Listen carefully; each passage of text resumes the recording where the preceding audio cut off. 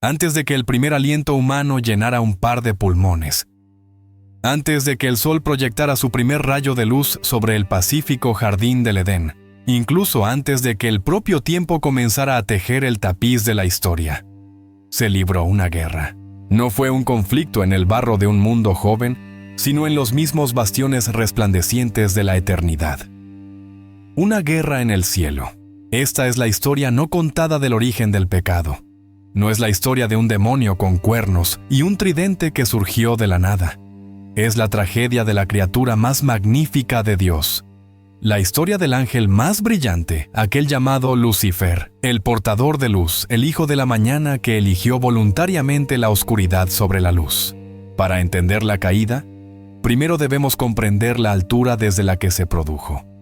Imaginen un universo que no conocía la sombra. Un cosmos vibrante inundado por la gloria pura e infinita de la Santísima Trinidad, Dios Padre, la fuente de toda vida, Dios, Hijo, el Logos eterno a través de quien todo fue hecho. Y Dios, Espíritu Santo, el aliento de vida que une todas las cosas en comunión perfecta. Todo, absolutamente todo era bueno. La existencia misma era una sinfonía de gozo. No había muerte, no había miedo, no había envidia. Solo ser puro a la luz del Creador. En este reino celestial existían incontables huestes angélicas, seres de pura luz e intelecto poderoso, creados con un único propósito: reflejar la gloria de su Hacedor y servirle con alegría extática. Las jerarquías existían en una belleza y un orden asombrosos. Los serafines, ardiendo en amor divino, rodeaban el trono cantando «Santo, santo, santo» en un coro que sacudía los cimientos del cielo. Los querubines guardianes de la santidad, dotados de profunda sabiduría, protegían los misterios de Dios. Tronos, dominios, virtudes, potestades. Todos existían en una danza cósmica de perfecta armonía, cada uno cumpliendo su función dentro del gran orden de la creación. La adoración no era un deber, era el aire que respiraban. Su alegría era contemplar al Creador, y en esa contemplación encontraban su plenitud. Pero es aquí, en esta perfección absoluta, donde surge la paradoja más profunda de toda la teología. El misterio central que ha perseguido a filósofos y creyentes por igual a lo largo de los siglos. Si Dios es absolutamente bueno, si es todopoderoso, y si todo lo que creó era bueno, ¿de dónde vino el mal? ¿Cómo puede la oscuridad brotar en un reino de luz infinita? ¿Cómo pudo la rebelión echar raíces en un corazón creado para adorar? La Biblia no proporciona una biografía detallada del adversario. No hay un capítulo titulado Vida y obra de Satanás. Sin embargo, a través del velo de antiguas profecías en pasajes a menudo dirigidos a reyes terrenales, pero que resuenan con una tragedia cósmica, se nos revelan piezas del rompecabezas. Vamos a ensamblar esas piezas. Miramos el lamento alegórico en Isaías capítulo 14, que describe la arrogancia de uno que dijo: «Levantaré mi trono por encima de las estrellas de Dios». Estudiamos la profecía en Ezequiel capítulo 28, que describe a un querubín grande protector, que era perfecto en todos sus caminos, hasta que se halló en él la maldad. Y somos testigos de la guerra apocalíptica en Apocalipsis capítulo 12, que describe al gran dragón que arrastró la tercera parte de las estrellas del cielo. Estas piezas, cuando se unen, pintan el retrato no solo de Satán, el adversario, el acusador. Señalan una verdad inquietante: nuestro enemigo no es una fuerza opuesta igual a Dios, nacida de la misma eternidad. El enemigo es un ser creado. Esta investigación nos lleva a una conclusión aterradora pero vital. La caída en el cielo no fue un accidente cósmico, no fue un fallo en el diseño de Dios, ni un error en el sistema. El mal no surgió como una fuerza dualista igual a Dios, porque ninguna fuerza puede serlo. La caída fue una elección, una decisión consciente tomada con pleno conocimiento. Y lo que hace que esta tragedia sea la más profunda y horrenda de todas, es que esta elección no provino de una criatura débil defectuosa o de un rincón olvidado de la creación. Provino del ser más bendecido, más sabio y más hermoso, que jamás haya salido de la mano de Dios. Este es el viaje al corazón de esa elección. La historia de cómo el portador de luz se convirtió en el príncipe de las tinieblas. Capítulo 1. El amanecer de la creación angélica. Antes del tiempo existía la eternidad, y en esa eternidad la deidad existía en perfecta y autosuficiente comunión. Pero el amor por su propia naturaleza es creativo. Y así Dios habló. Y donde no había nada, hubo algo. No hablamos todavía de la creación del hombre ni del polvo de la tierra. Hablamos del primer acto de creación, la creación de los cielos y sus habitantes. El momento que el antiguo libro de Job describe con asombro poético, el instante en que alababan todas las estrellas del alba y se regocijaban todos los hijos de Dios. Imaginen ese momento. No un Big Bang caótico de fuego y materia, sino una gran sinfonía. Una explosión controlada de pura voluntad divina dando a luz a miles de millones de seres de luz. Cada uno de ellos, un hijo de Dios, una estrella del alba. Eran seres de intelecto puro, libres de las limitaciones de la carne y la sangre. No eran robots preprogramados. Eran personas dotadas de conciencia, voluntad y una capacidad de alegría que superaba cualquier cosa que la humanidad llegaría a conocer. Su primera conciencia fue la fuente de su ser, la presencia indescriptible de su Creador. Y su primera respuesta instintiva, su primera acción voluntaria, fue el gozo. Un estallido de alabanza que resonó por el cosmos recién nacido. No había disonancia, no había ego. Cada ser encontraba su propósito perfecto en el lugar que le había sido asignado en esta gran orquesta celestial. El orden no era una restricción, era la arquitectura de su felicidad. Este orden se manifestó en una jerarquía gloriosa, no basada en la dominación, sino en la función y la proximidad a la fuente de todo. Cerca del trono mismo, más allá del velo que ninguna criatura podía traspasar, estaban los serafines, los ardientes. Como describe el profeta Isaías, tenían 6 alas con 2, cubrían sus rostros incapaces de soportar la gloria directa de Dios. Con 2 cubrían sus pies en señal de humildad. Y con 2 volaban existiendo en un estado perpetuo de adoración y proclamación. Santo, santo, santo es el Señor Todopoderoso. Toda la tierra está llena de su gloria. Luego estaban los querubines. Vistos por el profeta Ezequiel, eran seres de poder y misterio asombrosos, los guardianes de la santidad divina. No eran los infantes regordetes del arte renacentista, sino seres majestuosos y temibles, llenos de ojos que simbolizaban la omnisciencia de Dios y protegían el camino al árbol de la vida y el arca de la alianza. Eran la encarnación de la justicia y la sabiduría profundas de Dios. Y más allá, las vastas legiones de arcángeles, los mensajeros principales y guerreros de Dios.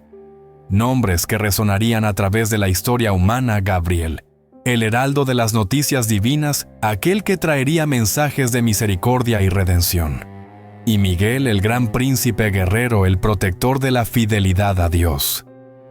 Cada uno, desde el más alto serafín hasta el ángel mensajero más humilde, existía en perfecta armonía, deleitándose en la voluntad de su Creador. El universo era un himno y cada ángel era una nota. Pero en esta sinfonía de perfección inimaginable, Dios eligió crear una obra maestra. Una criatura que no sería simplemente una nota, sino un conductor. Un ser que resumiría en sí mismo la cúspide de la creación angélica. Entre todas las estrellas del alba, una brillaría con un resplandor sin igual. Un ser creado con un favor especial, un dechado de sabiduría y una belleza que quitaba el aliento. Capítulo 2. El sello de la perfección. Su nombre era Lucifer, que significa portador de luz o estrella de la mañana, y fue sin duda la joya de la corona de la creación angélica. El profeta Ezequiel, en un lamento dirigido a un rey terrenal, pero que traspasa el velo hacia una realidad celestial, nos da el único retrato hablado que tenemos de esta magnífica criatura. Las palabras del profeta son asombrosas.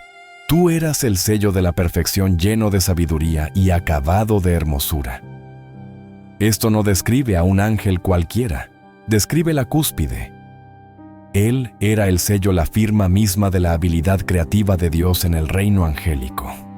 Estaba lleno de sabiduría, no solo inteligente, sino poseedor de un intelecto vasto capaz de comprender los profundos misterios del universo y la naturaleza de Dios, de una manera que otros solo podían atisbar. Y era acabado de hermosura. Su apariencia misma era una obra de arte divina. Ezequiel continúa: toda piedra preciosa era tu vestidura. La narración describe su ser adornado con cornalina, topacio, jaspe, crisólito, berilo y ónice, zafiro, carbunclo y esmeralda, oro. Estos no eran meros adornos, eran parte de su ser mismo, como si su esencia estuviera tejida con la luz más pura y los elementos más gloriosos del cosmos. Su resplandor eclipsaba a todos los demás. Pero su grandeza no era solo pasiva, no era solo algo para ser admirado. Tenía un propósito activo y central en la economía del cielo. El profeta revela: los primores de tus tamboriles y flautas estuvieron preparados para ti en el día de tu creación. Piensen en esto: en el momento mismo de su nacimiento, la música fue entretejida en su ser. No era simplemente un músico, él era la música. Su existencia misma era una sinfonía destinada a dirigir la adoración del universo. Era el director de orquesta cósmico, y su función era tomar todas las alabanzas de las huestes angélicas y enfocarlas como un prisma perfecto hacia el trono de Dios. Sin embargo, su papel más exaltado se describe con un título misterioso: Tú querubín, grande protector. Aquí está la clave. No era solo un serafín cantando. Era un querubín, un guardián de la santidad. Pero era más, era el querubín protector o cubridor según la traducción. Estaba ungido para este papel, apartado por Dios para una tarea única. ¿Qué cubría él? La tradición y el contexto sugieren que su lugar estaba más cerca del trono de Dios que el de cualquier otra criatura. En el santo monte de Dios estuviste, dice Ezequiel, en medio de las piedras de fuego te paseabas. Esta no es una geografía terrenal. Es el lenguaje del santuario celestial, el epicentro de la presencia de Dios. Lucifer caminaba donde nadie más podía, en medio de la gloria ardiente que emana de Dios mismo. Su función como el querubín protector era probablemente la de cubrir o proteger el trono, no para defender a Dios, que no necesita defensa, sino para reflejar y magnificar su gloria. Era el espejo más perfecto de la luz divina. Cuando los ángeles miraban a Lucifer, veían el reflejo más claro y brillante de la magnificencia de su Creador. Era el virrey del cielo, el más alto de todos los seres creados, el administrador principal de la voluntad de Dios. Era en todos los sentidos perfecto. Pero esta perfección contenía una distinción crucial, una que se convertiría en el eje de toda la historia. Esta sabiduría, esta belleza, este poder, no eran inherentes, no eran suyos por derecho propio, eran dones. Fueron otorgados por el Creador que lo formó de la nada. Lucifer no era la luz, era el portador de la luz. Y la misma profecía que alaba su gloria siembra la semilla de la tragedia. El versículo clave, Ezequiel 28:15, lo deja inequívocamente claro. Perfecto eras en todos tus caminos desde el día que fuiste creado. Él era una criatura, tenía un comienzo, y su perfección era condicional. El versículo termina con un presagio escalofriante: hasta que se halló en ti maldad. Capítulo 3. La adoración primordial. La función principal del cielo no era gobernar ni crear, ni siquiera existir. La función principal del cielo era y es la adoración. Es la respuesta natural y gozosa de la creación a la bondad de su Creador.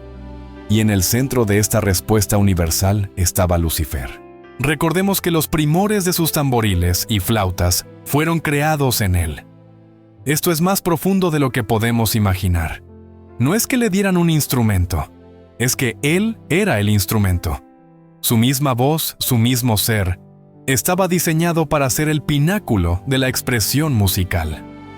Cuando Lucifer cantaba la armonía del universo, encontraba su centro. Cuando él dirigía millones de ángeles, serafines, querubines, y todas las huestes unían sus voces en una sinfonía que hacía vibrar el cosmos. Imaginen el sonido.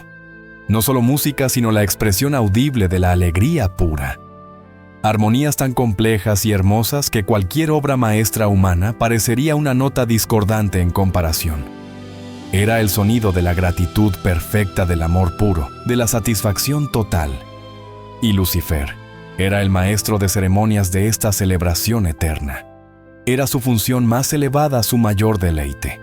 Él entendía la música de la creación mejor que nadie. Podía ver los patrones de la gracia de Dios, la belleza de su santidad, y traducirlos en sonido y luz, para que el resto del cielo pudiera unirse a la alabanza.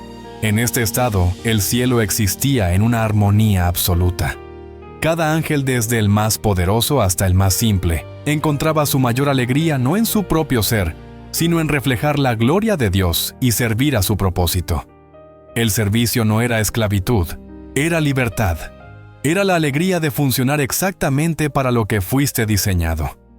Un pez se deleita en el agua, un pájaro en el aire. Un ángel se deleitaba en la voluntad de Dios, y Lucifer era la encarnación suprema de esa alegría. Su servicio era el más cercano al trono, su canción la más dulce, su luz la más brillante. Todo el cielo lo admiraba no como una entidad separada, sino como el ejemplo perfecto de lo que significaba vivir para el Creador. Su belleza no era para sí mismo, era un testimonio del genio de su Hacedor. Su sabiduría no era para su propia gloria, era para administrar el orden divino. Todo el sistema celestial estaba diseñado para que la gloria fluyera en una dirección hacia arriba, hacia Dios. El Creador daba vida, amor y belleza a sus criaturas, y las criaturas en gozoso asombro devolvían esa gloria en forma de alabanza y obediencia. Era un circuito perfecto de amor. Lucifer, como el querubín protector, era la estación de relevo principal en ese circuito. Recibía la gloria de la presencia directa de Dios y la reflejaba con magnificencia sobre el resto de la creación, guiándolos a todos de vuelta en adoración. Pero algo comenzó a cambiar en el corazón de ese sistema. Un pensamiento sutil al principio comenzó a formarse en la mente más brillante del cielo. Lucifer no solo dirigía la adoración, comenzó a observarla. Vio a millones de seres poderosos e inteligentes postrándose. Escuchó el estruendo de la alabanza universal. Sintió la energía de la devoción de un cosmos, centrada en el trono que él protegía. Y por una fracción de segundo cósmico, el conductor de la orquesta, en lugar de mirar al compositor, miró a la audiencia. Empezó a ver la adoración no solo como una respuesta a Dios, sino como un poder en sí mismo. Y una nueva pregunta, una pregunta que nunca antes se había formulado en el universo, comenzó a susurrar en los recovecos de su mente perfecta. ¿Cómo sería si toda esa adoración se dirigiera hacia Él? Capítulo 4. El libre albedrío angélico. Esta pregunta nos lleva al corazón del problema. ¿Por qué? ¿Por qué un Dios omnisciente y todopoderoso crearía a un ser del que sabía que era capaz de albergar tal pensamiento? ¿Por qué introducir la posibilidad del mal en un universo perfecto? La respuesta es una de las verdades más profundas y aterradoras de la existencia. El amor no puede ser forzado. Dios no estaba interesado en crear un universo de autómatas. No deseaba la adoración de máquinas programadas para cantar «Te amo». La adoración forzada no es adoración, es obediencia mecánica. El amor verdadero, para ser verdadero, debe ser una elección. Para que las criaturas inteligentes, ya sean ángeles u hombres, amaran genuinamente a su Creador, debían poseer la capacidad de no amarlo. Esta capacidad es lo que llamamos libre albedrío.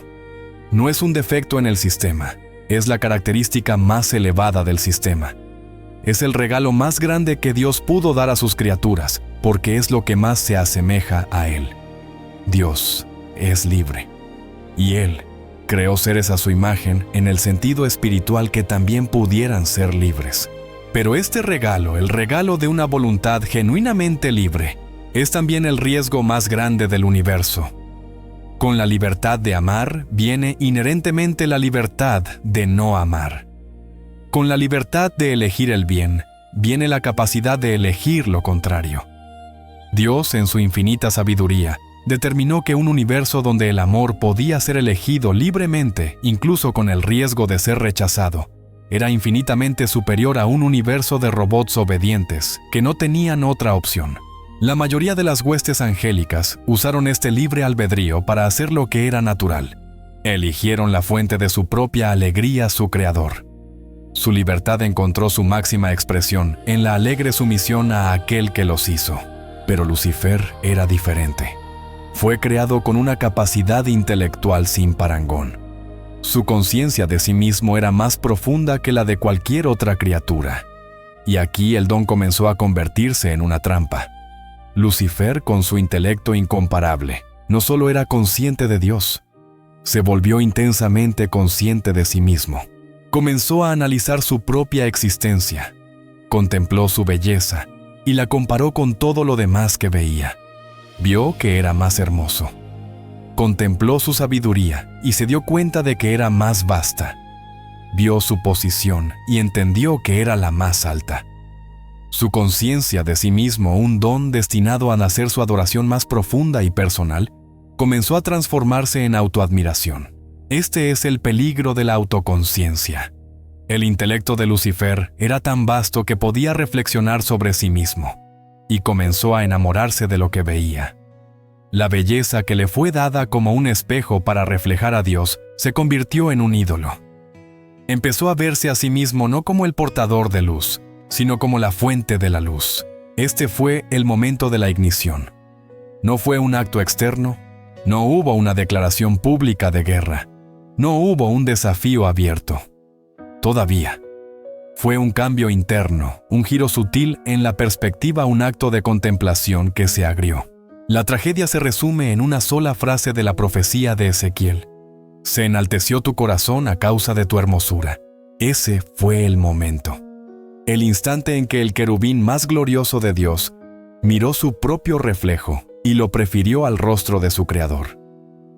El primer pecado no fue un asesinato, ni un robo, ni una mentira. El primer pecado fue el orgullo. Fue el nacimiento del yo. La idea de que una criatura podía ser su propio centro, su propio estándar, su propio Dios. En ese momento, en el silencio de su propia mente perfecta, Lucifer concibió la iniquidad. La luz más brillante del cielo había comenzado a desarrollar una sombra. Capítulo 5. La primera semilla del descontento. El orgullo, una vez concebido en la quietud de la mente de Lucifer, no permaneció estático. Es una semilla que, una vez plantada, busca tierra para crecer.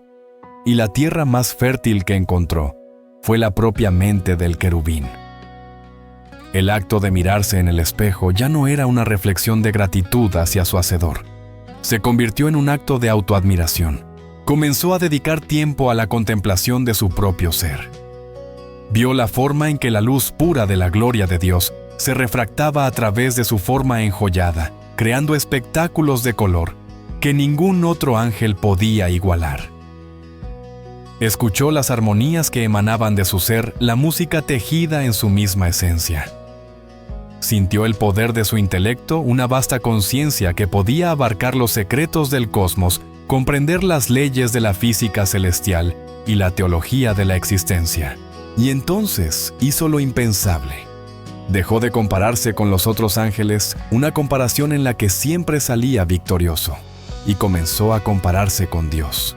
Miró la gloria insondable del trono, la gloria que él había sido ungido para proteger y reflejar.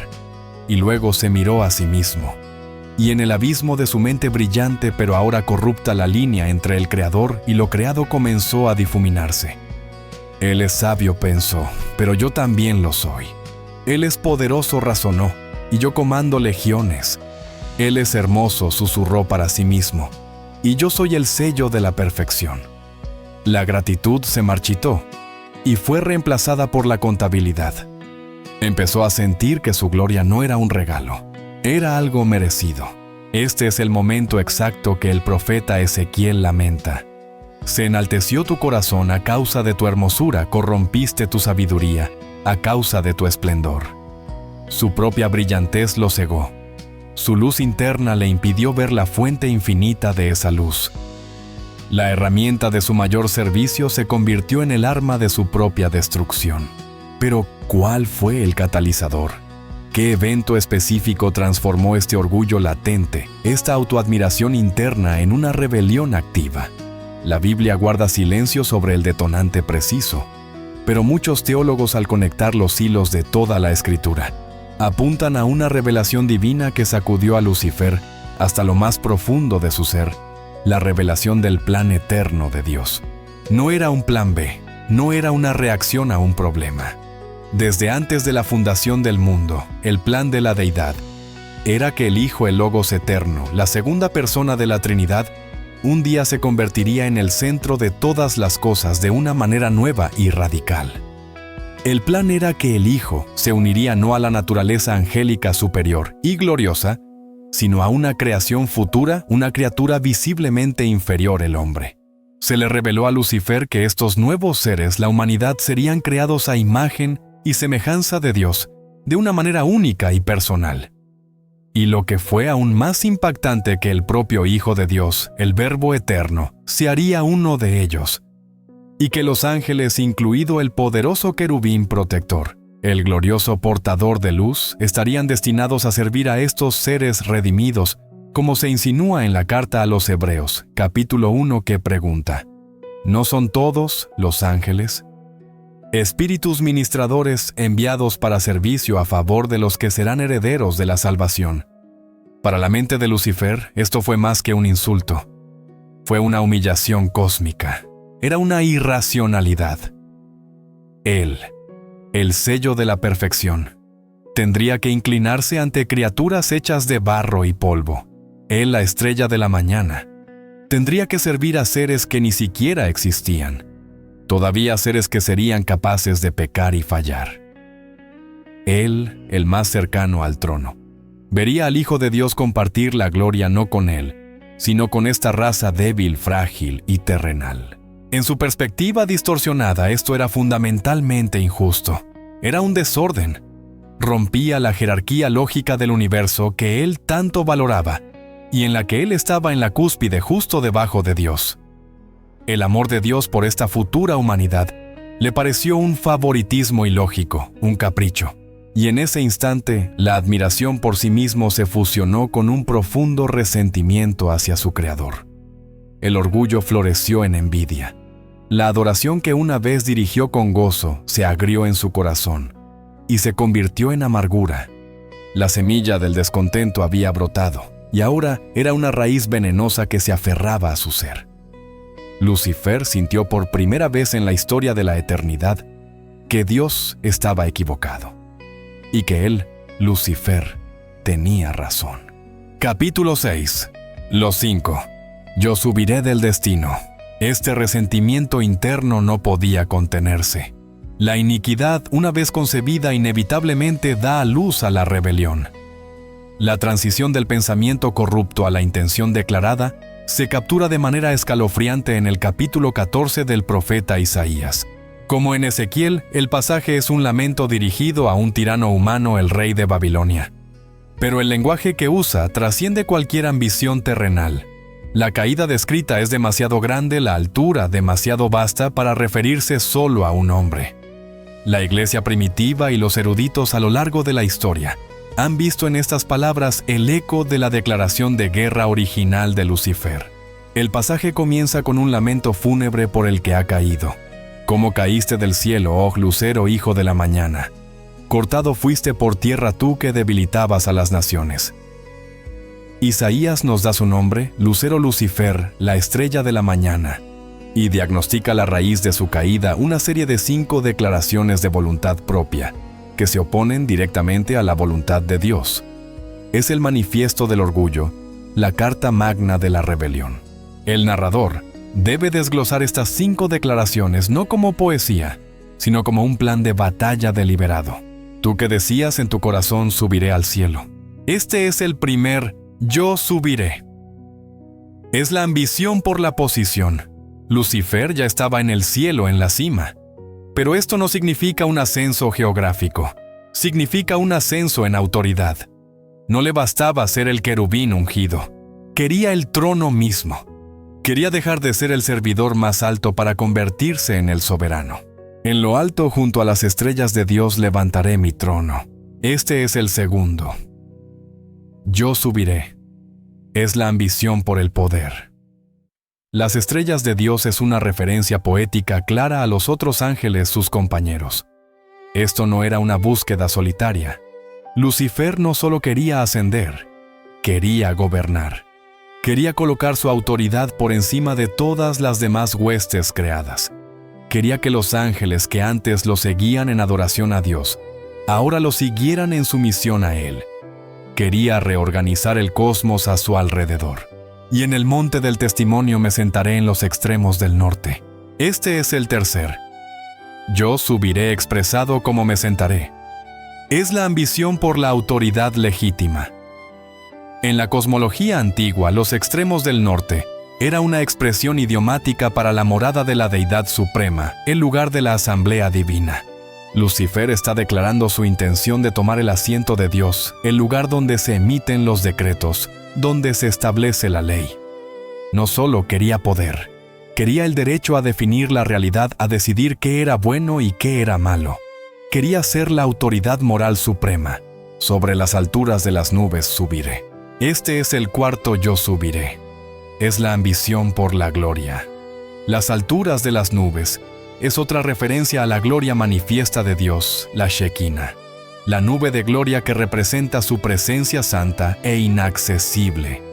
Lucifer, cuya función era reflejar esa gloria, ahora deseaba poseerla. No quería simplemente brillar con la luz de Dios. Quería ser la fuente de esa luz. Quería que los seres creados lo miraran a Él con el mismo asombro y temor reverente que reservaban solo para Dios. Y finalmente, la declaración que resume todas las demás, el pecado en su forma más pura y destilada, y seré semejante al Altísimo. Este es el quinto y último yo subiré. Aquí está el núcleo de todo. No dijo derrocaré al Altísimo porque sabía que era imposible. Dijo, seré semejante a Él. Es la búsqueda de la independencia divina, la esencia de la idolatría del yo. Es la declaración de que Él podía ser su propio Dios, autosuficiente, autodeterminado, sin necesidad de un creador. Es el rechazo total de su condición de criatura. Es la mentira fundamental que se convertiría en su evangelio. Ustedes pueden ser como Dios. Este plan de 5 puntos no era ya un pensamiento fugaz o un sentimiento de descontento. Se había convertido en una decisión, una elección deliberada y calculada. La iniquidad que se halló en él ahora se había formalizado en un plan de traición. En su corazón, Lucifer había declarado la guerra. El portador de luz había completado su transformación interna. Ahora solo necesitaba un ejército. Capítulo 7. La campaña de susurros. La guerra de Lucifer no comenzó con el sonido de trompetas ni el choque de espadas. Eso vendría después. Su primera estrategia fue mucho más sutil y mucho más peligrosa. Fue una guerra de información, una campaña de propaganda celestial. Lucifer, ahora incubando la esencia de Satanás. El adversario no lanzó un ataque frontal contra el trono de Dios. Sabía que no podía ganar por la fuerza. Su arma más poderosa no era su poder, sino su intelecto. Su sabiduría ahora corrupta se convirtió en astucia. Comenzó a sembrar dudas no con acusaciones estridentes, sino con preguntas susurradas. Se acercó a otros ángeles, a sus amigos, a los coros que dirigía, a las legiones que comandaba. Usó su prestigio, su belleza y su autoridad como querubín principal para ganar su confianza. Imaginen la escena. Un grupo de ángeles menores admirando a Lucifer. Él se acerca no con ira, sino con una falsa tristeza, con una preocupación fingida. ¿Han notado? Susurraba, como todo lo que hacemos es para su gloria. Nunca se han preguntado cuál es nuestra gloria. A otro grupo. Es justo que Él exija adoración absoluta. El amor verdadero no debería exigir. ¿Verdad? No nos está reteniendo algo. Su argumento era brillante en su engaño. No atacó a Dios directamente al principio. Atacó el carácter de Dios. Pintó a Dios no como un padre amoroso, sino como un tirano egoísta, un dictador cósmico que acaparaba la gloria y exigía obediencia ciega, para mantener a sus criaturas a raya. Y luego presentó la alternativa, la promesa de una libertad falsa. Él los ha creado con este intelecto asombroso, con este poder. Argumentaba, ¿y para qué? Para ser meros sirvientes, para cantar alabanzas por la eternidad. Ustedes son más que eso. Ustedes tienen el potencial de ser dioses por derecho propio. Les prometió un nuevo orden, uno basado no en la sumisión a un monarca, sino en la autorrealización del individuo. Les prometió la autonomía. Mírenme a mí, les decía su luz, brillando intensamente. Yo he visto la verdad. No tenemos por qué ser segundos. Podemos ser nuestros propios dueños. Podemos establecer nuestros propios tronos. Este fue el genio de su engaño, el mismo que usaría más tarde en el Edén. No se presentó como un monstruo sediento de sangre, cubierto de oscuridad. Se presentó como un libertador. Como el apóstol Pablo escribiría milenios después, el mismo Satanás se disfraza como ángel de luz. Y nunca fue más literalmente un ángel de luz que en ese momento. No estaba vendiendo oscuridad, estaba vendiendo una luz alternativa, una luz que según él podías poseer por ti mismo. Estaba vendiendo la mentira de que la criatura podía encontrar la plenitud fuera del Creador. Y para millones de ángeles que solo habían conocido la bondad de Dios, esta nueva idea, esta insinuación de injusticia era extraña y para algunos peligrosamente atractiva. La lealtad en el cielo por primera vez comenzó a flaquear. El susurro de Lucifer fue el primer virus que infectó el sistema perfecto y comenzó a extenderse. Capítulo 8. Una tercera parte de las estrellas. La campaña de susurros de Lucifer no fue un fracaso. Fue una catástrofe cósmica. La mentira, una vez liberada en un sistema diseñado para la verdad, actuó como un veneno. El apóstol Juan, en su visión apocalíptica, describiría siglos después el resultado de esta seducción con una imagen aterradora. Vio a un gran dragón, el símbolo de Satanás, en su plena rebelión, y vio que su cola arrastró la tercera parte de las estrellas del cielo y las arrojó sobre la tierra.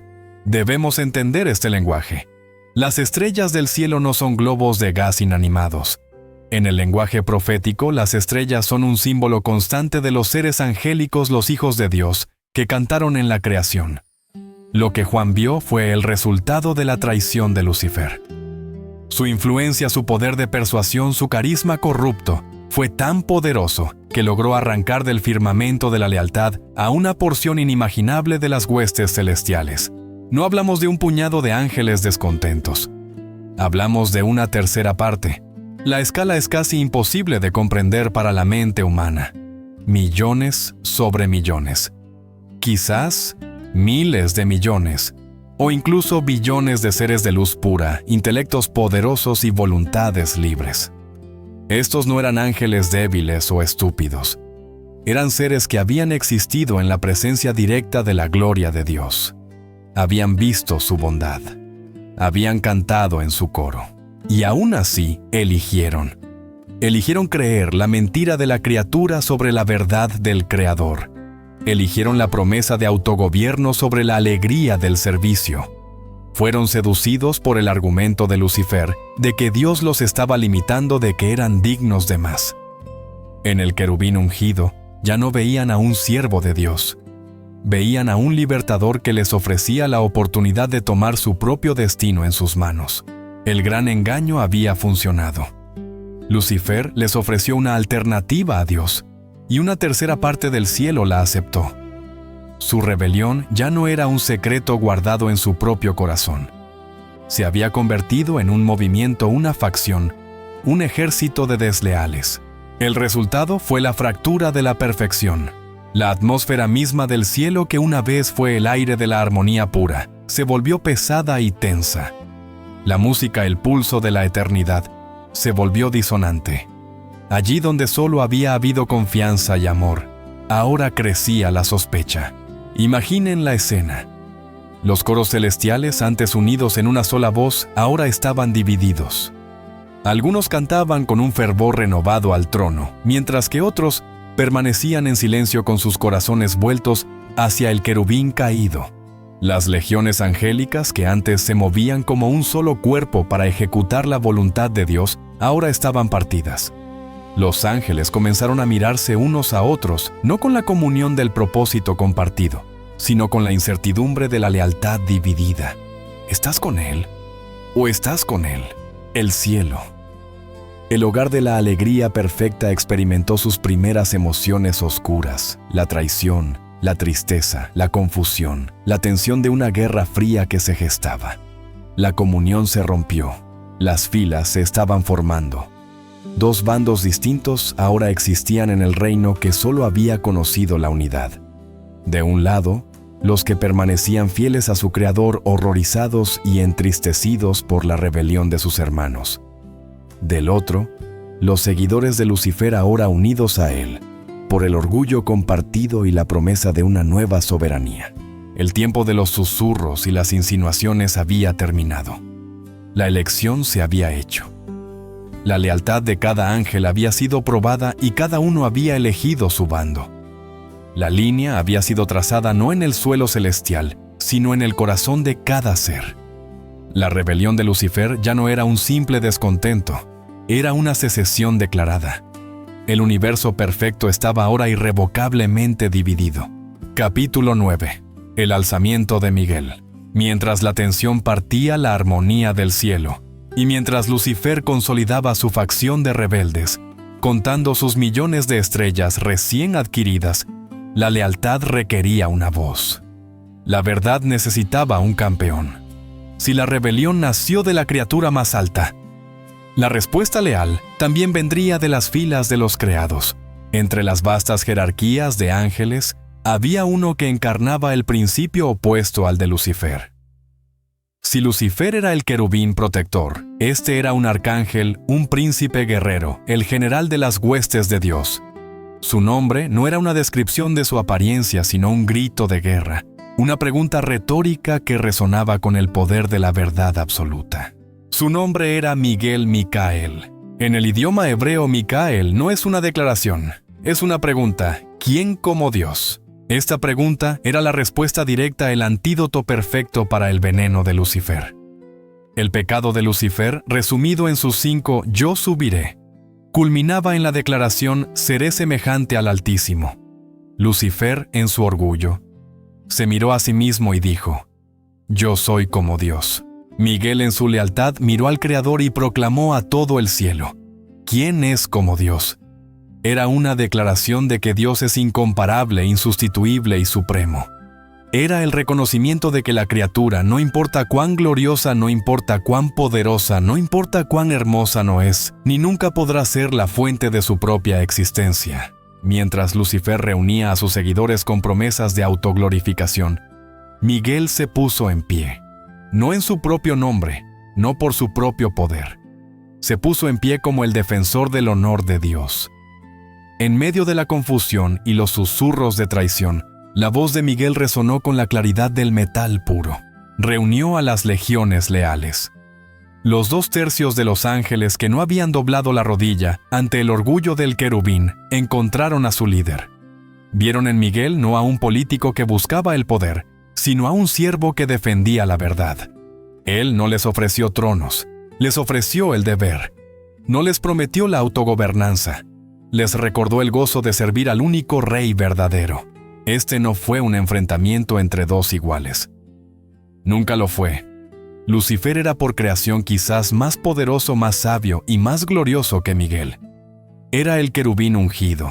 Miguel era un arcángel. Pero la batalla que se estaba gestando no se decidiría por la fuerza de la criatura, sino por la fuente de su poder. Lucifer luchaba por sí mismo, impulsado por el orgullo y la envidia, extrayendo poder de su propia voluntad finita y corrupta. Miguel luchaba por Dios, impulsado por la lealtad y la verdad, actuando como un conducto del poder infinito del Creador. Era la personificación de la obediencia gozosa contra la encarnación de la ambición ególatra.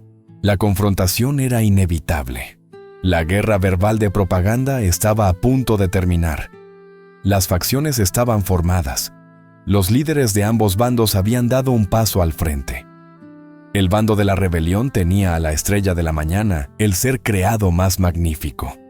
El bando de la lealtad tenía a Miguel el arcángel, cuya propia existencia era una declaración de la supremacía de Dios. El cielo contuvo el aliento. La primera guerra civil del universo estaba a punto de estallar. Capítulo 10. La advertencia final, la paciencia de Dios. Pero antes de que se desatara el conflicto abierto, antes de que el cielo se convirtiera en un campo de batalla, debemos abordar una pregunta inquietante. ¿Dónde estaba Dios en todo esto? Siendo omnisciente, Él vio el primer pensamiento de orgullo en el corazón de Lucifer. Siendo todopoderoso, Él podría haber extinguido a Lucifer en el instante en que la iniquidad fue concebida. Un solo pensamiento divino y el querubín rebelde y su facción simplemente habrían dejado de existir. ¿Por qué no lo hizo? ¿Por qué permitió que el veneno se extendiera? ¿Por qué permitió que millones de sus hijos angélicos fueran engañados? La respuesta reside en la naturaleza misma de Dios y en la justicia de su gobierno. Si Dios hubiera destruido a Lucifer inmediatamente, lo habría hecho por la fuerza. Pero la rebelión de Lucifer no era todavía un acto de fuerza. Era un ataque ideológico. Era una acusación contra el carácter de Dios. Lucifer había susurrado que Dios era un tirano, que era injusto, que estaba reteniendo la libertad. Si Dios hubiera usado la fuerza bruta para aplastar esa acusación, no habría parecido probar el punto de Lucifer. No habrían servido los ángeles restantes por miedo, en lugar de por amor, para que el universo permaneciera basado en el amor. El pecado debía ser tratado no solo con poder, sino con justicia. La acusación tenía que ser respondida. Así que Dios, en su infinita paciencia y sabiduría, permitió que la rebelión madurara. Le dio a Lucifer la oportunidad de exponer plenamente su caso. Le dio a cada ángel el tiempo para hacer una elección informada e irrevocable. No quería que nadie cayera por accidente. La línea debía trazarse con absoluta claridad. Esto nos lleva a otra cuestión. ¿Tuvo Lucifer una oportunidad de arrepentirse? A diferencia de los seres humanos que pecarían más tarde siendo engañados y con un conocimiento imperfecto, Lucifer era un caso único. Él era el sello de la perfección lleno de sabiduría. No pecó en la ignorancia. Pecó en la presencia misma de la gloria manifiesta de Dios. Él conocía la verdad de una manera que ninguna otra criatura excepto los otros ángeles podía conocerla. Él había visto la bondad de Dios de primera mano sin velos. Su elección no fue un error.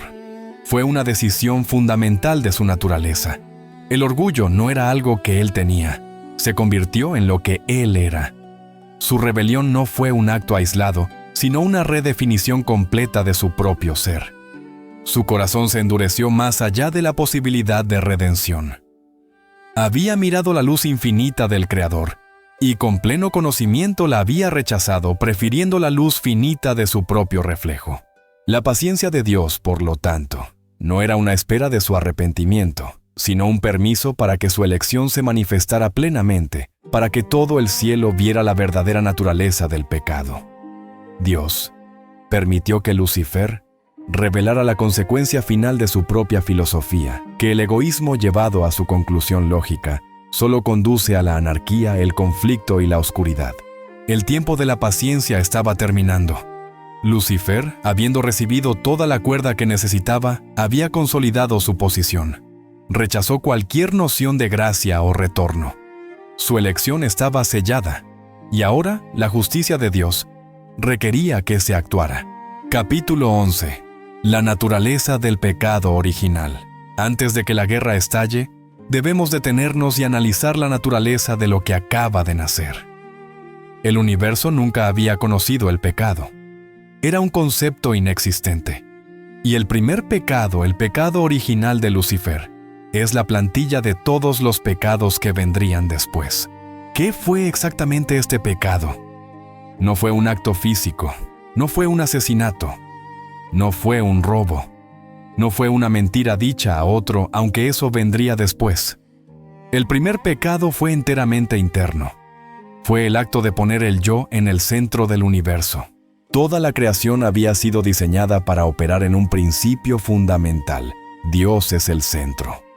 Todo fluye de Él y todo vuelve a Él en un círculo perfecto de amor, vida y gloria. Los ángeles encontraban su alegría al orbitar esta fuente central como planetas que orbitan un sol, extrayendo de él su luz, su calor y su misma existencia. El pecado de Lucifer fue la declaración de que él podía ser su propio sol. Fue el momento en que dijo: «Yo quiero que el universo orbite a mi alrededor». Fue el deseo de ser la causa, no el efecto. Fue la negativa a ser una criatura y la demanda de ser el creador. Como vimos en los 5 yo, subiré de Isaías, fue la ambición de tomar el lugar de Dios, de ser semejante al Altísimo. Esta es la raíz de todo pecado. Cada acto malvado que la humanidad cometería más tarde, desde la mentira más pequeña hasta el genocidio más horrible, es simplemente un eco de esta elección original de Lucifer. Cada vez que un ser humano elige su propia voluntad por encima de la de Dios, está diciendo en una escala más pequeña: seré semejante al Altísimo. El orgullo es el pecado fundamental.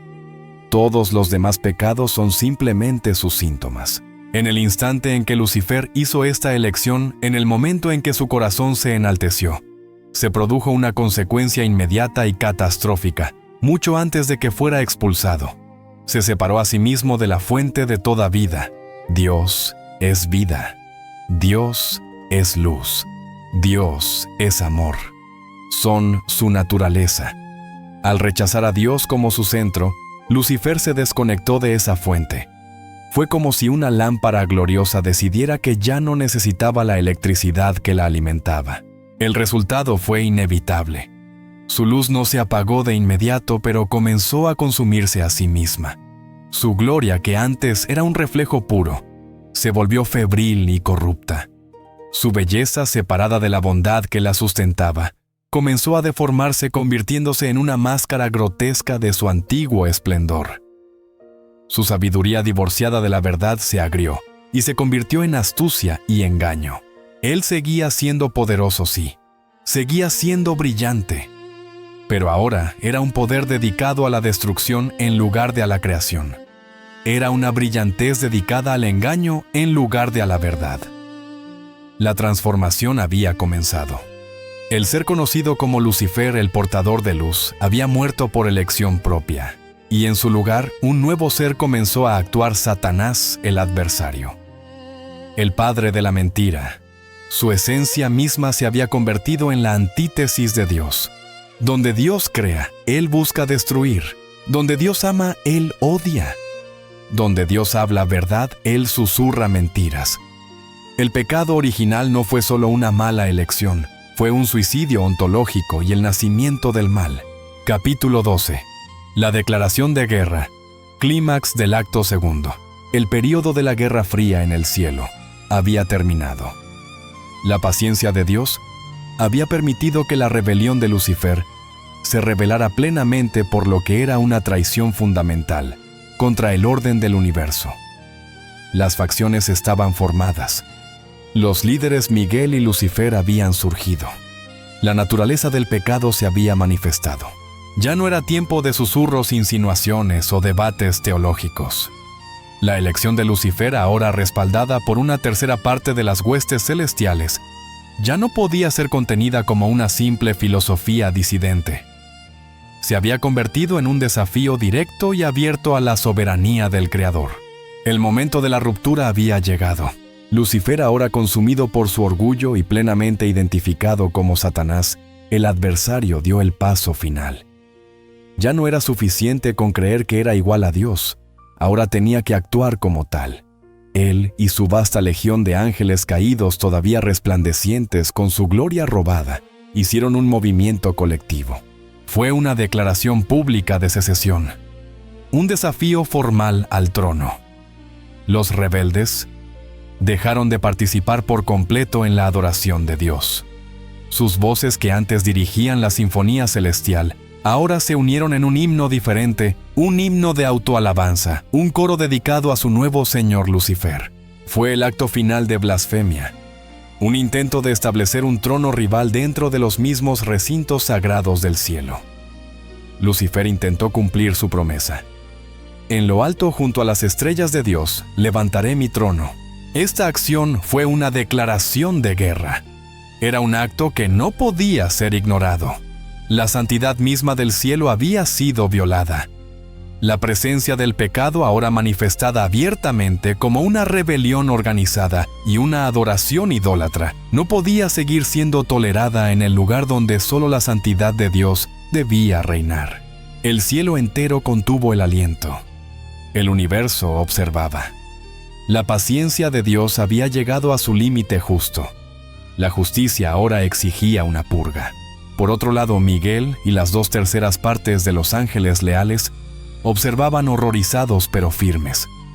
Su líder Miguel desenvainó su espada de luz no como un acto de agresión, sino como una defensa necesaria de la santidad de su hogar y el honor de su rey. Las legiones leales se prepararon. El aire del cielo vibraba no con música, sino con el zumbido de un poder inmenso a punto de ser liberado. El enfrentamiento ya no era evitable. La rebelión encubierta se había convertido en una revolución abierta. El libro de Apocalipsis lo describe con una simplicidad escalofriante, capturando este momento preciso en que la tensión finalmente se rompe. El narrador debe hacer una pausa y luego entregar la línea con gravedad. Entonces hubo una gran batalla en el cielo. La guerra había comenzado. Capítulo 13. Batalla en el cielo.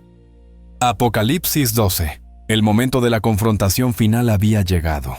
La declaración de guerra de Lucifer, su intento de establecer un trono rival, había roto la santidad del cielo. La justicia divina, habiendo agotado la paciencia, ahora actuaba. Como está escrito en el libro del Apocalipsis, entonces hubo una gran batalla en el cielo. El universo que había nacido en una sinfonía, ahora experimentaba el estruendo de la guerra. Pero esta no era una guerra como la humanidad la conocería. No era una batalla de carne y sangre, ni siquiera de acero contra acero. Era una colisión de voluntades, un choque de autoridad. De un lado el gran dragón, aquella serpiente antigua que se llama Diablo y Satanás. Lucifer, ahora plenamente encarnado en su rebelión, lideraba a su 3/3 parte de estrellas, su ejército de ángeles caídos. Su fuerza era inmensa. Era el poder del querubín más grande alimentado por la furia de un orgullo ilimitado y la amargura de la envidia. Lucharon con todo el poder de su naturaleza angélica, una tempestad de luz oscura y poder destructivo, desesperados por validar la elección que habían hecho. Del otro lado, Miguel y sus ángeles. Aquí yace el drama de la batalla. La escritura es específica: Miguel y sus ángeles luchaban contra el dragón. Y luchaban el dragón y sus ángeles. No fue Dios Padre ni el Hijo Eterno quien entró en combate directo. La tarea de purgar el cielo fue asignada a un compañero creado. La lealtad de la creación encarnada en Miguel se enfrentó a la rebelión de la creación encarnada en Lucifer. La batalla debió ser un espectáculo aterrador y glorioso. El grito de guerra de Lucifer era su propio nombre, su propio yo. El grito de guerra de Miguel era su nombre: ¿quién como Dios? No fue una batalla de fuerza bruta, aunque el poder liberado debió sacudir los cimientos del cosmos. Fue una batalla de autoridad. Cada golpe de la luz leal de Miguel era un recordatorio de la supremacía de Dios. Cada contraataque del dragón era un rugido de desafío contra esa supremacía. Era la verdad contra la mentira. Era la lealtad contra la traición. Era la autoridad delegada del trono contra el poder usurpado del orgullo. Satanás, el sello de la perfección. El ser creado más sabio y poderoso desató toda su furia. Él y sus ángeles eran una fuerza temible endurecida por su decisión, luchando con la energía de la rebelión. Por un momento el cielo mismo debió parecer desgarrado por esta conflagración cósmica. Pero la escritura es tan poderosa en su clímax como lo es en su descripción. Después de describir a los combatientes, el apóstol Juan registra el resultado con una finalidad devastadora. Pero no prevalecieron. 4 palabras que sellaron el destino de la rebelión. A pesar de su poder, a pesar de su número, millones, a pesar de la fuerza de su líder, no pudieron ganar. La batalla, aunque feroz, fue en última instancia unilateral. Capítulo 14.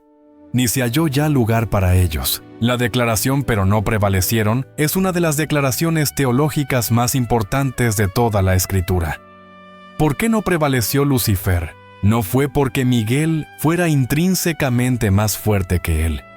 Por lo que sabemos de la descripción de Lucifer como el querubín ungido, el sello de la perfección, es muy probable que Lucifer fuera por creación el ser angélico individual más poderoso que existía.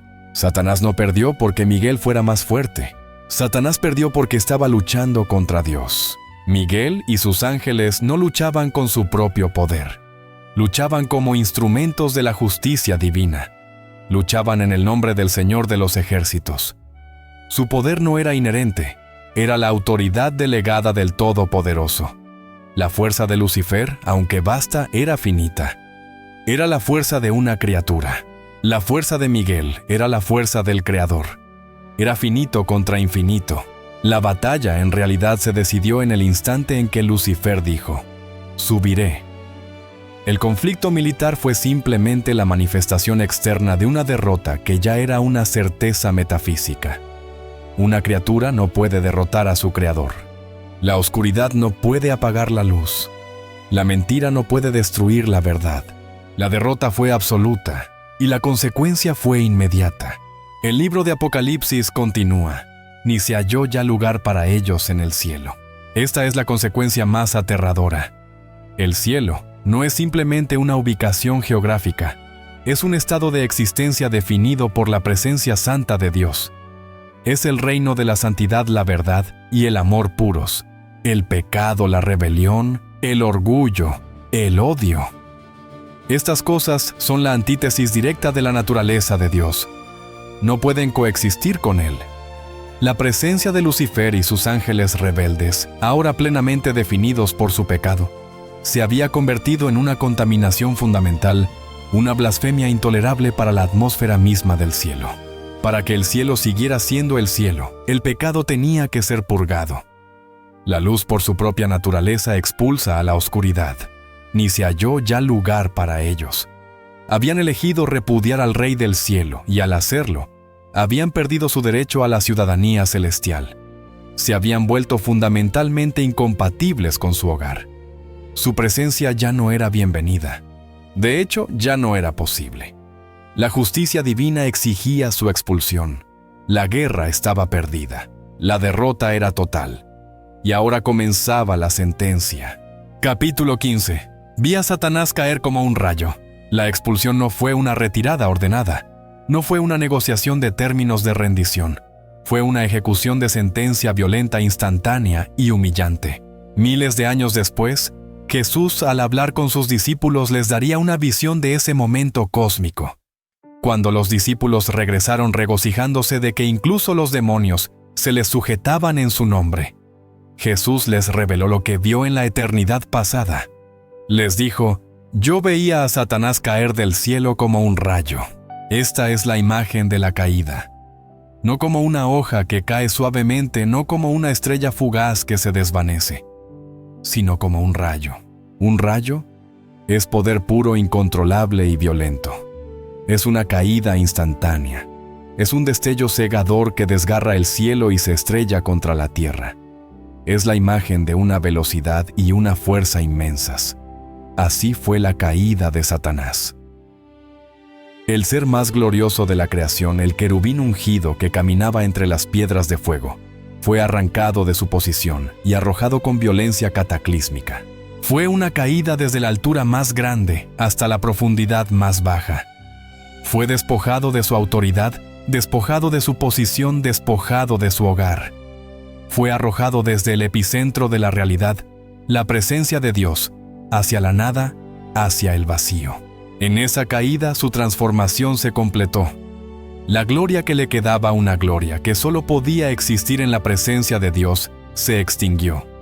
La belleza que había corrompido con su orgullo se deformó permanentemente en una máscara de rabia y odio. Su luz, que una vez fue la de la estrella de la mañana, se convirtió en una oscuridad profunda y furiosa. Todo lo bueno que le fue dado por creación fue pervertido. Su sabiduría se convirtió en malicia pura. Su poder se convirtió en una herramienta de destrucción. Su música se convirtió en un grito de desafío. Ya no había rastro de Lucifer, el portador de luz. En el instante de su expulsión, su identidad se selló para siempre. El cielo, al presenciar esta purga, resonó con una voz que proclamaba su nuevo título y función. Fue lanzado fuera el gran dragón. Fue arrojado a la tierra, y sus ángeles fueron arrojados con él. Porque ha sido lanzado fuera el acusador de nuestros hermanos, el que los acusaba delante de nuestro Dios, día y noche. Ya no es el querubín protector. Ahora es Satanás, el adversario. Es el diablo el calumniador, y sobre todo es el acusador. Su caída no fue el fin de su historia, sino el comienzo de su nuevo y único propósito: oponerse a Dios y acusar a aquellos a quienes Dios ama. Capítulo 16. El destino de los ángeles caídos. Satanás no fue el único arrojado del cielo. La Escritura es clara: el dragón y sus ángeles fueron arrojados con él.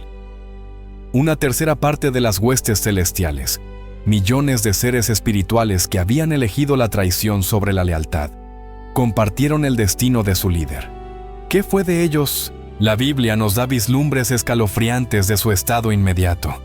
No fueron simplemente reubicados, fueron encarcelados. El apóstol Judas, en su breve pero intensa carta, escribe: «Y a los ángeles que no guardaron su dignidad, sino que abandonaron su propia morada, los ha guardado bajo oscuridad, en prisiones eternas para el juicio del gran día». Examinemos esta sentencia. No guardaron su dignidad o su primer estado. Tenían una posición de honor, un propósito glorioso en la presencia de Dios, y voluntariamente la abandonaron. Eligieron la rebelión. El resultado fue inmediato: Dios los ha guardado. La palabra implica una custodia segura, un encarcelamiento. Están bajo oscuridad. Esto no es meramente la ausencia de luz física. Es la ausencia de la gloria de Dios, la fuente de toda vida, gozo y luz. Es un confinamiento sensorial y espiritual, y están en prisiones eternas o cadenas eternas. Esto describe un estado de restricción absoluta. Estos seres, que una vez volaron libres por el cosmos, ahora están atados, confinados por el poder de Dios, incapaces de actuar libremente. El apóstol Pedro refuerza esta imagen en su segunda carta, usando una palabra griega muy específica y temible.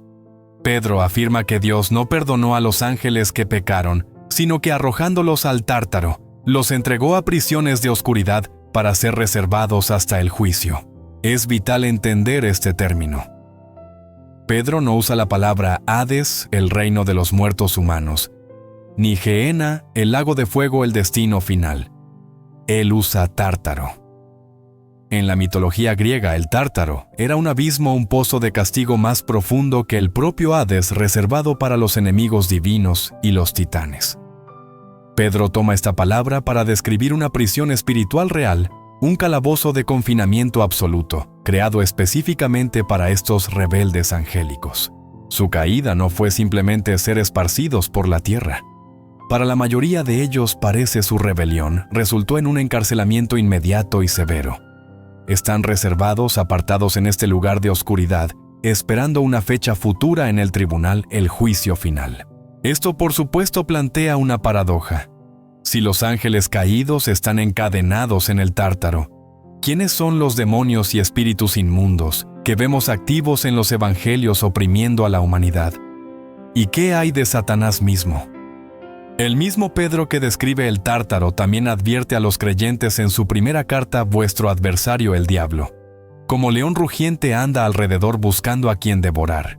La teología nos ofrece una respuesta compleja pero coherente. Parece haber una distinción.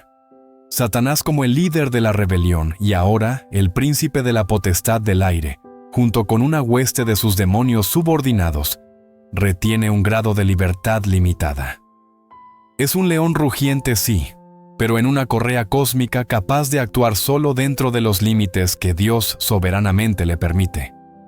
Su poder es real, pero su autoridad es nula. Mientras tanto, otros ángeles caídos, Quizás los líderes principales de la rebelión o aquellos que cometieron transgresiones particularmente atroces después de la caída están en el confinamiento absoluto del Tártaro, encadenados e incapaces de interactuar con el mundo, ya sea que estén vagando por la tierra bajo sentencia o encadenados en la oscuridad del abismo. La verdad fundamental sigue siendo la misma para todos ellos. Su destino está sellado. Su juicio es inevitable. Son prisioneros de guerra y su derrota es absoluta y definitiva. Capítulo 17. Ay de la tierra y del mar. La expulsión de Satanás y sus ángeles limpió el cielo. La santidad fue restaurada. La rebelión fue purgada. La armonía, aunque marcada por la cicatriz de la pérdida, fue restablecida alrededor del trono de Dios. En el cielo, tras la victoria de Miguel, se escuchó una gran voz que proclamaba: Ahora ha venido la salvación, el poder y el reino de nuestro Dios y la autoridad de su Cristo. Fue un grito de victoria. La soberanía de Dios había sido vindicada, pero la proclamación no terminó ahí. Continuó con una advertencia ominosa, una advertencia que cambiaría el curso de la historia para siempre. La voz clamó: Por lo cual alegraos cielos y los que moráis en ellos. El cielo podía regocijarse. La guerra allí había terminado. Pero la voz añadió inmediatamente: Ay de los moradores de la tierra y del mar, porque el diablo ha descendido a vosotros. Aquí está el giro trágico de la historia. Satanás, expulsado de la presencia de Dios, no fue aniquilado. Todavía no. Y su furia, incapaz de tocar el trono de su Creador, necesitaba un nuevo objetivo. Porque el diablo ha descendido a vosotros y tiene gran ira sabiendo que tiene poco tiempo. El campo de batalla cambió. La guerra cósmica perdida en el cielo se trasladó a un nuevo dominio. Satanás, lleno de una ira impotente contra Dios, volvió su atención hacia la única cosa en el universo que Dios amaba con un amor paternal y personal, la joya de su nueva creación, la humanidad. El odio de Satanás por Dios se transformó en un odio por la imagen de Dios. El ser que una vez se negó a servir a la humanidad, según la interpretación teológica, ahora se dedicaría a destruirla. No podía atacar a Dios directamente. Por lo tanto, juró destruir aquello que Dios más amaba. Juró corromper lo que Dios había llamado bueno. Juró tomar la creación inocente de Dios y arrastrarla con él a su propia oscuridad y rebelión. La historia de la caída de Lucifer estaba completa, pero su caída fue solo el prólogo. El escenario estaba listo para un nuevo drama. La guerra en el cielo había terminado. La guerra por la tierra estaba a punto de comenzar. Capítulo 18. La serpiente en el huerto del Edén. La caída de Lucifer fue el fin de la guerra en el cielo, pero fue el comienzo de la guerra en la tierra. El adversario, expulsado de la presencia de Dios, pero no aniquilado, fijó su mirada vengativa en la nueva llamada creación de Dios. Había perdido la batalla por el cielo. Ahora se enfocaría en la batalla por el alma humana. En un huerto perfecto llamado Edén, Dios había colocado a sus nuevas criaturas, Adán y Eva. Hechos a su propia imagen, vivían en un estado de inocencia y comunión pura con su Creador, algo que los ángeles observaban con asombro.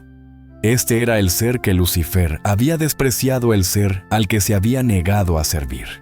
Y ahora se convertiría en el objetivo de su odio.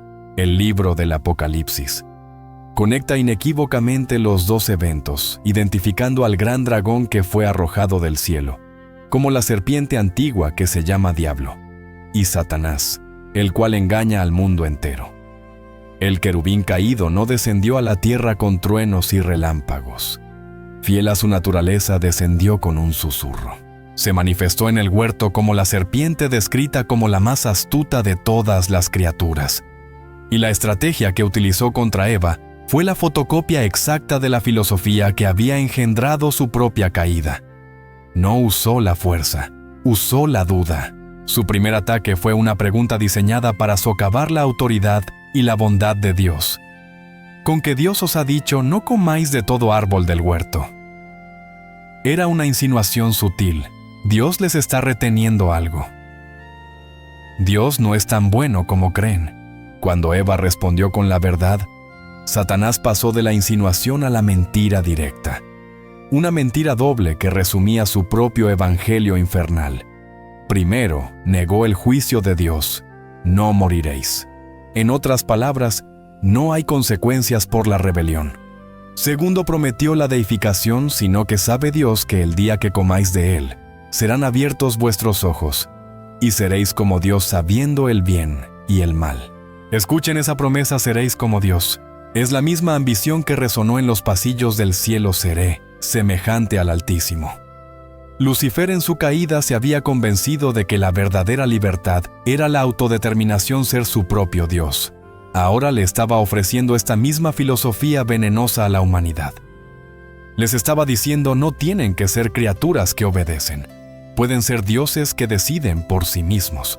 Y la humanidad trágicamente mordió el anzuelo. Eva y luego Adán tomaron la decisión consciente de creer la mentira de la criatura en lugar de la verdad del Creador. Repitieron el pecado original de Lucifer. No fue simplemente comer una fruta, fue el acto de declarar la independencia de Dios. Fue el orgullo. Fue el deseo de tomar el trono de sus propias vidas. En ese momento, la caída del hombre se unió a la caída de los ángeles. El pecado nacido en el corazón de Lucifer ahora infectó el torrente sanguíneo de la raza humana. La oscuridad que fue arrojada del cielo había encontrado un nuevo hogar en la tierra. El plan de venganza de Satanás había tenido un éxito devastador. Capítulo 19. La guerra continúa. La caída en el Edén no fue el final de la guerra. Fue simplemente el establecimiento del nuevo campo de batalla. Desde ese día hasta el presente, la guerra cósmica que comenzó en el cielo continúa no en los reinos celestiales, sino en los corazones y las mentes de la humanidad. Satanás, el príncipe de este mundo, continúa desplegando las mismas estrategias de engaño y rebelión. Su función principal se convirtió en la que le dio su nombre: el acusador. La voz que se escuchó en el cielo tras su expulsión lo llamó el acusador de nuestros hermanos, el que los acusaba delante de nuestro Dios día y noche. Su táctica es recordarnos nuestra culpa, susurrar que somos indignos del perdón, que nuestros pecados son demasiado grandes para la gracia de Dios. Nos acusa ante Dios y nos acusa ante nosotros mismos. Jesús definió perfectamente su naturaleza en el Evangelio de Juan. El ladrón no viene sino para hurtar y matar y destruir. Él viene a robar nuestra paz, matar nuestra fe y destruir nuestro testimonio. Es el padre de la mentira, el maestro del engaño, el arquitecto de la duda. Pero la lección más profunda de la caída de Lucifer sigue siendo la advertencia contra su pecado original. El libro de Proverbios resume la tragedia de Lucifer en una sola línea. Antes del quebrantamiento es la soberbia, y antes de la caída, la altivez de espíritu. La soberbia, el orgullo. Esa es la semilla que derribó al querubín ungido, y es la misma semilla que él busca plantar en cada corazón humano. Es la raíz de todo pecado. Es la necesidad de tener razón, la negativa a pedir perdón, la búsqueda de la gloria personal, la creencia de que somos autosuficientes y no necesitamos a Dios. Es la voz sutil que nos dice que merecemos más, que nuestras reglas son mejores que las de Dios, que nuestro trono debería estar en el centro de nuestras vidas. Nosotros, como Lucifer, fuimos creados para reflejar la gloria de Dios. Pero cada día nos enfrentamos a la misma tentación que Él, la tentación de admirar nuestro propio reflejo, de vivir para nuestra propia gloria. La guerra espiritual no es una fantasía. Es la realidad diaria de resistir la misma filosofía que causó la primera guerra en el cielo. Reconocer a nuestro enemigo, y lo que es más importante, reconocer su pecado raíz en nosotros mismos, es el primer paso para luchar en esta batalla. Capítulo 20. La victoria ya asegurada. Esta guerra en curso puede parecer desalentadora. El enemigo es antiguo, poderoso e inteligente. Pero la historia de la caída de Satanás no es solo una advertencia, también es el preludio de su derrota final. Satanás está caído, pero también está vencido. El mismo plan que provocó la envidia de Lucifer El plan de que el Hijo de Dios se haría hombre fue el arma que selló su destino. Jesucristo, el Hijo Eterno, vino a la tierra. Y en la cruz, Satanás creyó que había ganado. Desató toda su furia, todo su odio sobre el Hijo de Dios. Usó su arma más grande, la muerte, para intentar destruir al autor de la vida. Pero la cruz fue una trampa. Como está escrito en la carta a los Hebreos, Jesús se hizo hombre para que por medio de la muerte destruyera al que tenía el imperio de la muerte, esto es, al diablo. En la cruz, Jesús no solo pagó por el pecado de la humanidad, desarmó legalmente a Satanás, rompió el poder del pecado y anuló el aguijón de la muerte. La resurrección fue la prueba pública de que el adversario había sido derrotado decisivamente. El destino final de Satanás ya está escrito. No es una conjetura, es una sentencia pronunciada. El libro de Apocalipsis, capítulo 20, nos dice que al final de los tiempos, el diablo que engañaba será lanzado en el lago de fuego y azufre, y será atormentado día y noche por los siglos de los siglos. Este destino, el lago de fuego, fue descrito por el propio Jesús como el fuego eterno preparado para el diablo y sus ángeles. No fue hecho originalmente para la humanidad, fue hecho para el querubín rebelde y su ejército caído. Por lo tanto, nuestra posición en esta guerra es única. No luchamos para conseguir la victoria. Luchamos desde la victoria que Cristo ya aseguró en la cruz. Satanás lo sabe. Sabe que su tiempo es corto. Su gran ira se debe a que es un enemigo derrotado que simplemente espera su ejecución final. La historia de Lucifer es una advertencia que resuena a través de los milenios. Es el espejo cósmico que nos obliga a examinar nuestros propios corazones. La soberbia, esa semilla que derribó a la criatura más grande del cielo, acecha en el corazón de cada uno de nosotros todos los días. Hoy pregúntese, ¿hay algún área de mi vida en la que estoy exaltándome a mí mismo, en lugar de humillarme ante Dios? ¿En qué decisiones estoy actuando como si yo fuera mi propio Dios, confiando en mi propia sabiduría y belleza, en lugar de en la gracia de mi Creador? La estrategia de Satanás no ha cambiado, sigue siendo la mentira. Y nuestra arma, por lo tanto, debe ser la verdad. Jesús dijo, «Conoceréis la verdad y la verdad os hará libres». Si esta historia le ha ayudado a comprender la profundidad de la guerra espiritual y el peligro del orgullo, compártala. Armémonos con lo que el apóstol Pablo llamó toda la armadura de Dios, descrita en Efesios 6, para que podamos estar firmes contra las acechanzas del diablo. La Biblia nos da una promesa clara y una orden directa en la carta de Santiago. Dios resiste a los soberbios y da gracia a los humildes. Someteos pues a Dios. Resistid al diablo y huirá de vosotros. La humildad es el antídoto contra el veneno de Lucifer. Al final, la historia de Lucifer comenzó con su deseo de ascender y ser semejante al Altísimo. Pero la historia de nuestra redención comienza con el Altísimo Jesucristo, quien se despojó a sí mismo y descendió para hacerse semejante a los hombres. Elijan su camino.